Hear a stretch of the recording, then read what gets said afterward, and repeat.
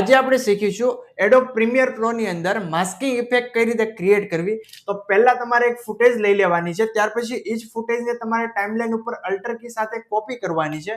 ઉપર જે ફૂટેજ લીધી છે એ ઓન રાખવાની છે, નીચે જે ફૂટેજ છે એને તમારે હાઈડ કરી દેવાની છે.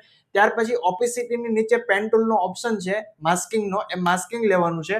અહીંયા જે ફૂટેજ છે એ ફૂટેજને પ્રોપર રીતે તમારે સિલેક્શન આપી દેવાનું છે. જે પ્રમાણની ફૂટેજ હોય એ પ્રમાણે તમારે સિલેક્શન આપી દેવાનું. આપણે અત્યારે અંદાજિત હું અહીંયાથી માસ્કિંગનું સિલેક્શન આપું છું. એ માસ્કિંગનું સિલેક્શન થઈ જાય ત્યાર પછી તમારે એ માસ્કિંગને એન્ડિંગ કરાવવાનું છે. એન્ડિંગ એટલે કે જ્યાંથી સ્ટાર્ટ કર્યું હતું ત્યાં તે પાછું તમારે એમને ક્લોઝ કરાવવાનું છે. એ ક્લોઝ થઈ જશે એટલે બેક સાઈડની અંદર બ્લેક કલર આવી જશે. બ્લેક કલર આવી જાય એટલે ત્યાર પછી આને આપણે પોઝિશન આપવાની છે. તો પોઝિશનમાં આવી જવાનું છે. ત્યાર પછી આ ફૂટેજને આપણે નીચે લઈ લઈએ. થોડીક વાર માટે કી ફ્રેમ નીચે આવી જશે. થોડુંક વાર લાગશે એટલે કી ફ્રેમ પાસે જે ઉપર હતી તો 540 હતી, 540 પાછી ફ્રેમ ને ઉપર આવી જશે. હવે અહીંથી આપણે નીચેની જે ફૂટેજ હતી એને ઓન કરાવી દઈએ અને ઉપરની જે ફૂટેજ છે એ જે એન્ડિંગ થઈ હતી અહીંયા ત્યાં સુધીની રાખીએ ને બાકીની આપણે અહીંથી રિમૂવ કરી દઈએ, કટ કરી દઈએ અથવા તો સાઈઝ નાની કરી દઈએ. હવે આપણે અહીંથી પ્લે કરીએ તો આપણી માસ્કિંગ ઇફેક્ટ ક્રિએટ થઈ ગઈ છે.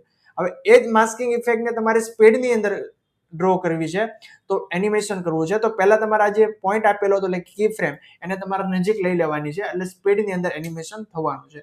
આવી રીતે તમે કોઈ પણ વિડીયોને માસ્કિંગ ઇફેક્ટ આપી શકો છો.